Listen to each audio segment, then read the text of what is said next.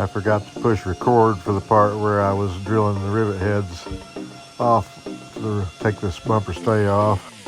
But the important part of that was to drill the rivet head slow, because if you try drilling fast, it'll make the rivet spin, and then you'll have a hard time getting the head off. These rivets have to be ground down flush to the metal, not just close. That way you can push them out.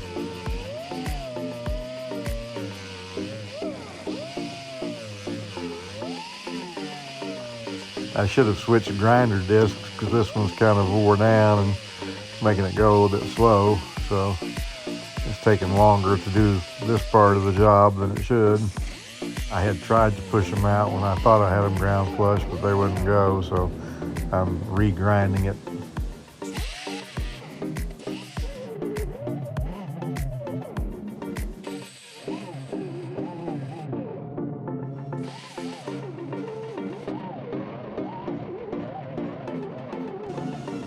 Now I'm pushing what's left of the rivets through the holes to make way for the new rivets. I'm using my guide coat gun, which is loaded with black Rust-Oleum enamel, to seal the bare metal spots from the grinding. Lining up the new bumper stay to get it ready for popping the rivets into it.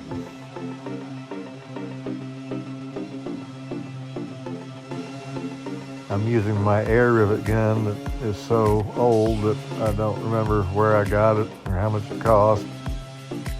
It was only supposed to be able to do 3/16 rivets, but by taking the nose cone off it, I was able to pop the big 1/4-inch rivets like hold in window regulators and doors.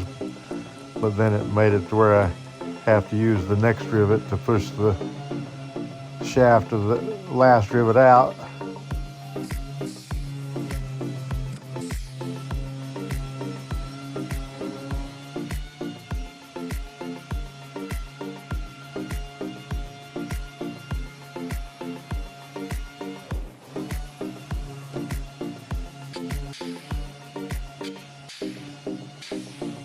Sometimes it's finicky and doesn't pop right.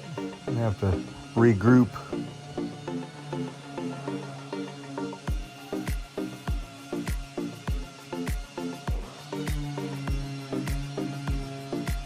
If it doesn't pop the first time, let off and then pull the trigger again.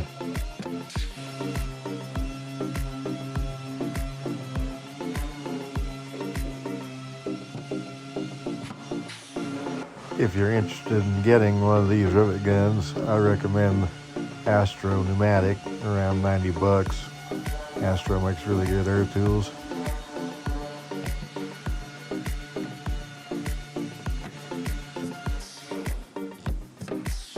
It's all riveted up now, and all that's left to do is line up the cover and pop it back on. You just line it up and smack it and it pops into the clips.